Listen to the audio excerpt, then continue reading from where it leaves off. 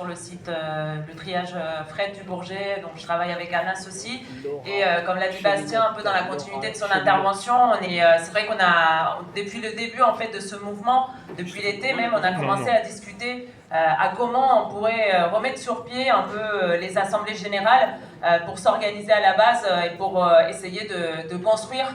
l'auto-organisation. Nous, au niveau du Bourget, donc il y a eu la grève cet été, mais il y a eu aussi les cheminots plus en général de la région de Paris-Nord, avec Sudrail Paris-Nord, moi je suis militante aussi à Sudrail. On a commencé à discuter justement de voir comment on analysait un peu ce qui était en train de se passer. On a vu directement que c'était pas ni un mouvement pur cheminot, ni un mouvement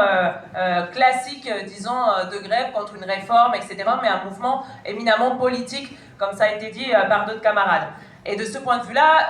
pour nous, c'était important de ne pas uniquement regarder la question de chiffres de grévistes, parce qu'on a souvent cette tendance-là, les syndicalistes, à regarder les chiffres de grève et de dire, bon, il y a combien, etc., et de mettre cette loupe-là, entre guillemets, pour analyser les mouvements. Et on a dit, il faut regarder aussi le ras-le-bol général qui est en train de s'exprimer depuis cet été, et la crise politique énorme qu'il y a, comme ça a été dit par plusieurs camarades. Et c'est pour ça qu'avec Sudrail Paris-Nord, dès le 10, on a voulu pondre un appel, qui est un appel à se rassembler sur le parvis de la gare du Nord, à faire de la gare du Nord un point de ralliement de toutes les colères qui s'exprimaient, qui se voyaient un peu émerger un peu partout, en mettant en avant aussi des mots d'ordre clairs, qui pour nous étaient ceux qui émergeaient un peu de la situation et de ce qu'on entendait à droite et à gauche. Donc la question de l'argent, qu'on veut de l'argent pour les services publics et pour les salaires et pas pour l'armée, c'était la première chose, mais aussi de dire qu'on était pour que ce génocide à Gaza s'arrête, de soutenir la flottille aussi comme ça a été dit, et de dire haut et fort qu'on veut la démission de Macron et qu'on ne va pas se contenter juste des revendications économiques. Donc ça c'était important parce qu'on nous dit souvent mais bon le mouvement est flou, on ne sait pas trop pourquoi on se mobilise. Ben là en fait nous on a voulu mettre sur la table ces revendications là et appeler énormément de secteurs, les travailleurs de la RATP, des hospitaliers, des lycéens, des étudiants à venir sur le parvis de la gare du Nord en discuter et s'organiser à la base, et c'est ce qu'on a fait. La réponse a été incroyable, donc j'essaie de faire vite, mais vous avez pu suivre sûrement sur les réseaux sociaux, mais à la fois le 10 et le 18, on a été des milliers sur le parvis de la gare du Nord, d'une part à faire face à la répression, parce que la répression, la police, l'État, ils ciblent aussi les secteurs qui essayent de s'organiser à la base et de contester la politique de l'intersyndicale. C'est exactement ce qu'on est en train de faire, ce qu'on est en train de construire, que le pouvoir déteste le plus. Donc c'est pour ça, y compris qu'ils nous ont envoyé la police, et on a été obligés, y compris de s'organiser, de s'auto-organiser pour faire face à cette répression.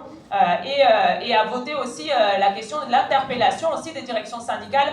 par rapport à cette question de la répression, mais aussi par rapport au plan de bataille, par rapport au mot d'ordre, comme ça a été dit par d'autres camarades, de se mêler d'une certaine manière de cette crise politique qui existe dans le pays, qui ne va pas se terminer le 2, combien même l'intersyndicale souhaite que ça s'arrête et qui ne donne pas de perspective au-delà. La crise politique elle va continuer, donc il va falloir qu'on s'organise et qu'on continue à remplir les assemblées générales de ce point de vue-là. Et on a voté un truc très important, ça a été revendiqué aussi par d'autres camarades, mais le cortège qu'on a fait le 18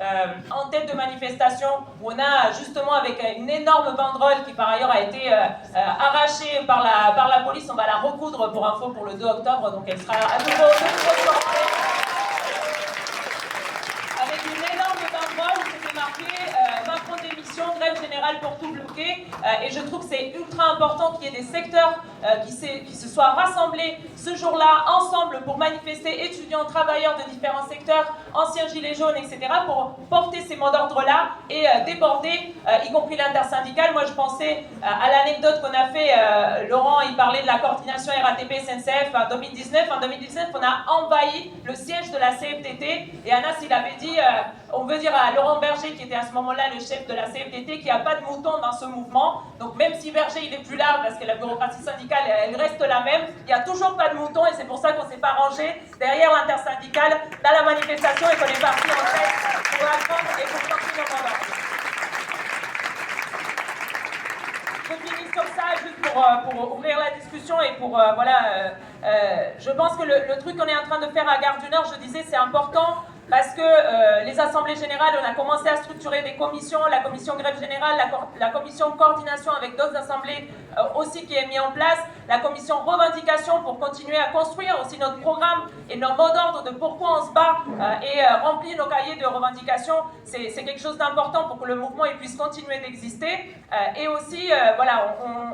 on estime que ça c'est fondamental, et si on ne veut pas se faire confisquer notre mouvement par les directions syndicales, il va falloir faire ça partout,